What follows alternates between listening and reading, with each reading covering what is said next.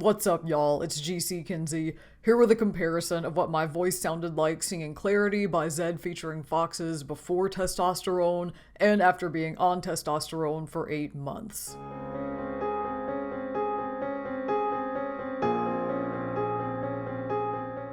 I am a huge fan of Zedd's music, so I'm really excited to do this pre-T versus post-T vocal analysis of his breakout hit from 2012, Clarity. But before we get into the comparison of the covers I recorded, I want to talk about two other vocalists who sang this song first. And that's Foxes, the vocalist on the original track, and Matthew Koma, who co-wrote the song with Zedd and has given many live acoustic performances of it. Zedd also released an acoustic studio version of Clarity with Fox's vocals, and the instrumental track from that was what I used as the backing track for my own covers. I sing it in two different keys, in F pre-T, and in D sharp after 8 months on T, which is the same key Matthew Koma usually sings it in when he performs it live. The pre-T version is not all the way up in G sharp where Foxes sings it, because even before testosterone I was a contralto and had a much lower range than her. Alright, without further ado, let's have a listen. First to the pre-T version. I dive into frozen waves where the past comes back to life. Fight fear for the selfish pain, it was worth it every time. Hold still right before we crash, 'cause we both know how this ends. Clock ticks till it breaks your glass and I drown in you again. 'Cause you are the piece of me I wish I didn't need. Chasing relentlessly, still fighting and I don't know why. If our love is tragedy,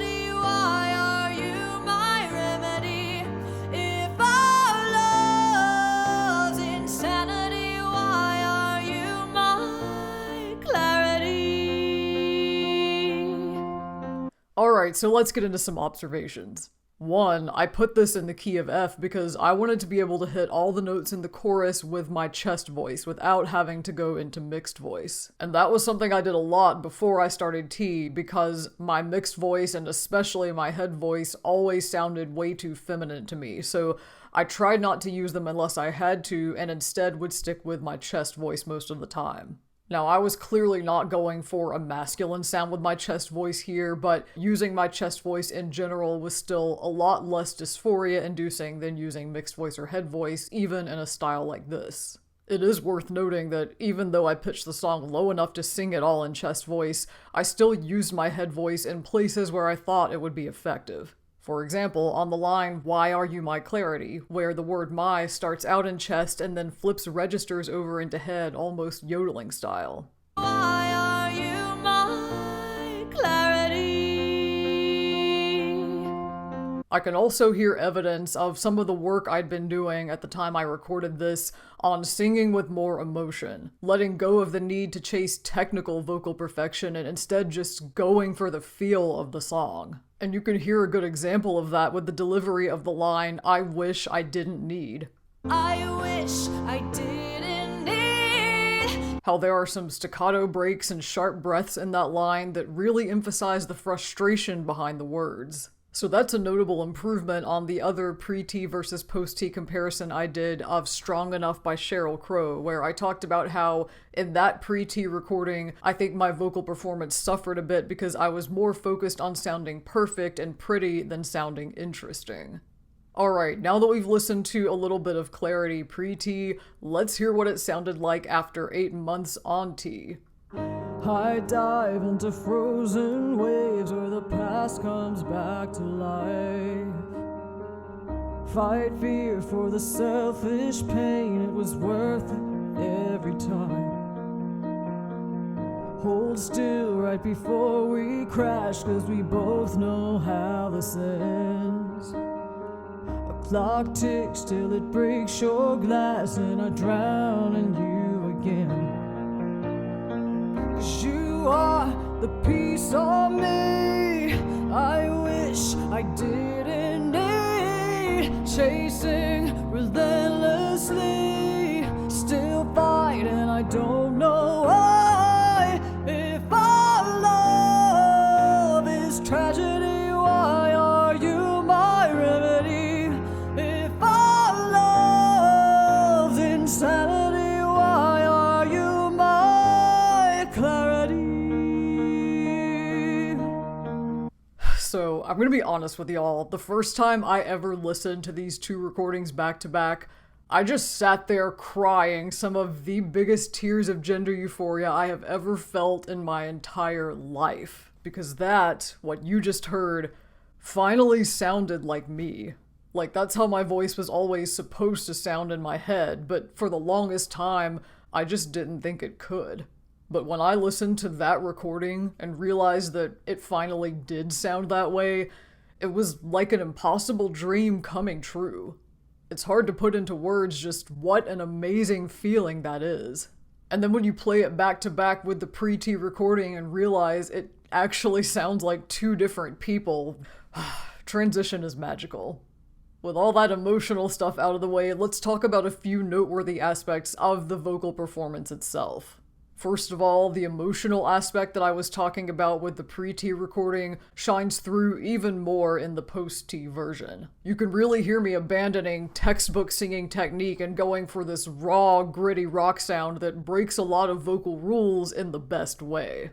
Like the clipped words in this line. It was worth it every time. Or the vocal slides on this one. 'Cause you are the piece of me. And of course, the distortion on those highest notes in the chorus. If our love, It isn't a clean sound like it is on the pre-T recording. if our love, Instead, it's got that gritty scratchiness to it that makes it feel like a primal scream from the gut. if our love, I also want to go back and compare the line, "I wish I didn't need." I wish I didn't need.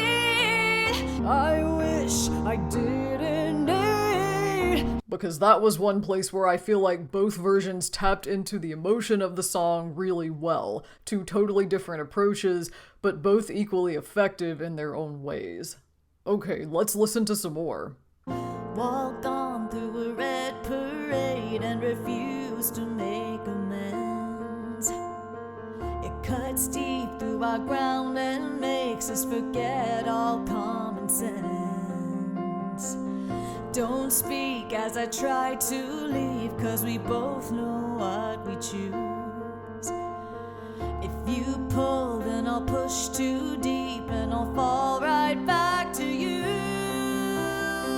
'Cause you are the piece of me I wish I didn't lead. Chasing relentlessly, still fighting, I don't know why. If our love is tragedy, why are you my remedy? If our love's insanity, why are you my clarity? Walk on through a red parade and refuse to make amends. It cuts deep through our ground and makes us forget all common sense. Don't speak as I try to leave, 'cause we both know what we choose. If you pull, then I'll push too deep and I'll fall right back to you. 'Cause you are the piece of me I wish I didn't need. Chasing relentlessly, still fighting, I don't know why. If our love is tragedy, why are you my remedy? If our love's insanity, why are you my clarity?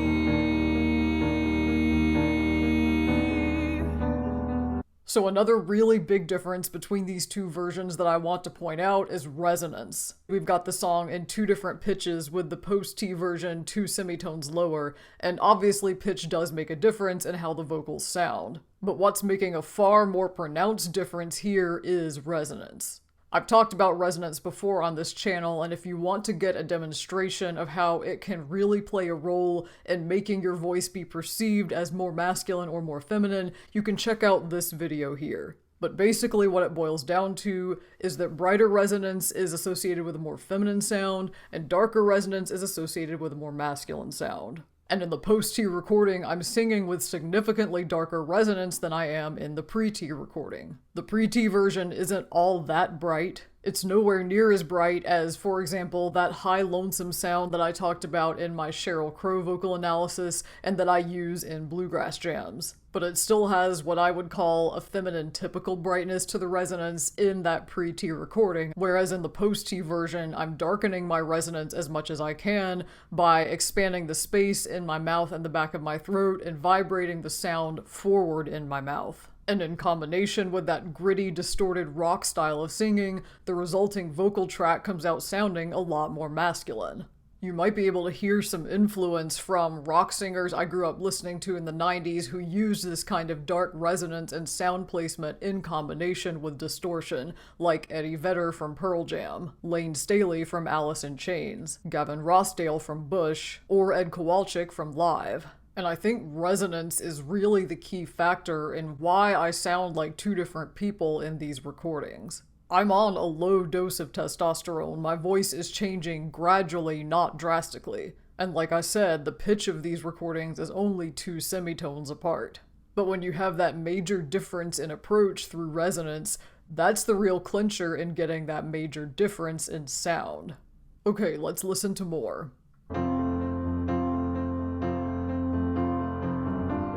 Why are you my remedy? Why are you my clarity? Why are you my remedy?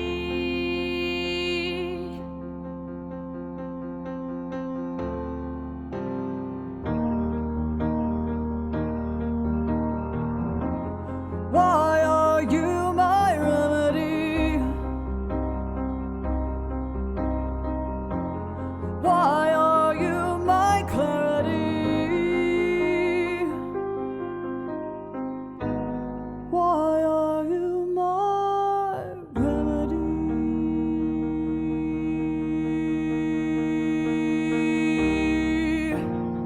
What stands out the most to me here on the bridge is the delivery. With the way this acoustic version of Clarity is arranged, you get a lot of freedom as a vocalist to play around with those single lines. Why are you my remedy? Why are you my clarity? And I made extremely similar choices to how I approach the delivery of those lines both times, but with very different resulting sounds.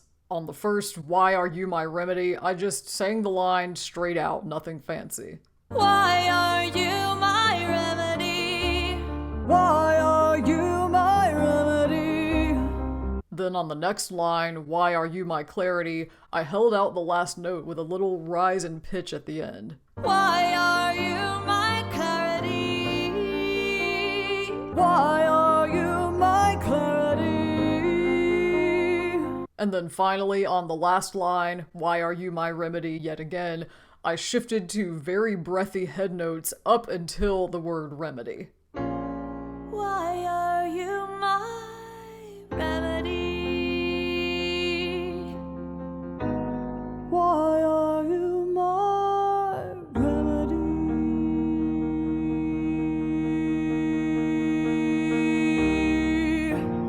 And that's the only place where you really get a difference between these two versions on the delivery. In the post-T version, I let the word my close off with a little bit of vocal fry toward the end. Why are you my? And then held out the last note of the word remedy a lot longer with a big dramatic crescendo. Remedy.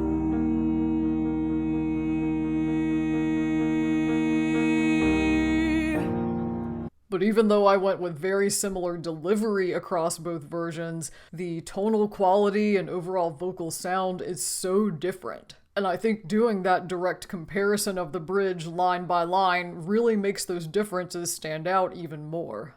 Alright, time to finish out the song.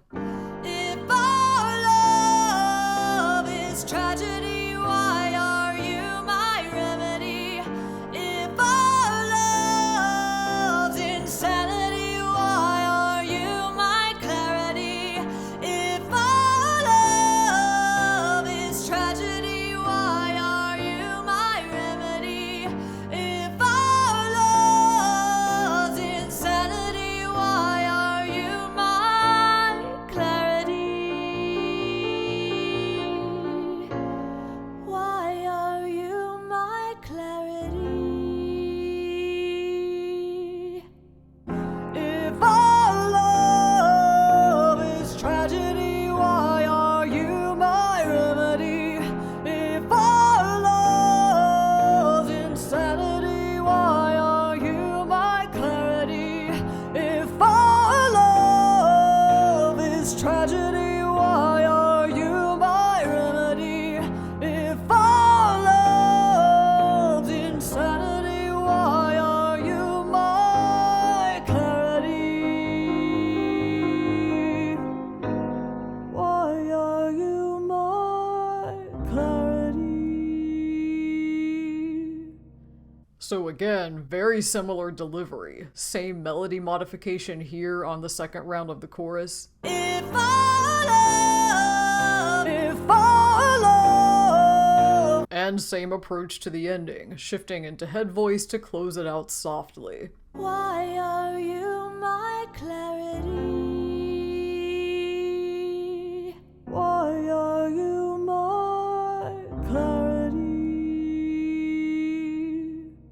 And with that, I think it's time to close out this vocal analysis too. I had a lot of fun doing this comparison, and I hope y'all enjoyed it just as much. If you'd like to hear both my pre-T and post-T covers of Clarity in full, I've linked to those recordings in the description. And I'd love to hear any thoughts or questions you have, so please feel free to drop those in the comments. If you want to hit me up on other social media, I'm GC Kinsey across all platforms. And while you're here, feel free to check out some of my other videos. I've got playlists of pre- and post-testosterone voice recordings.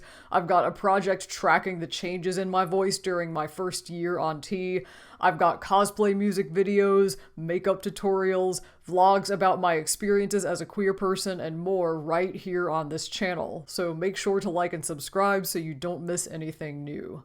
And with that, thank you again for watching. I really appreciate you checking out these videos and giving me your support. I hope you had a blast, and I will see you on the next one.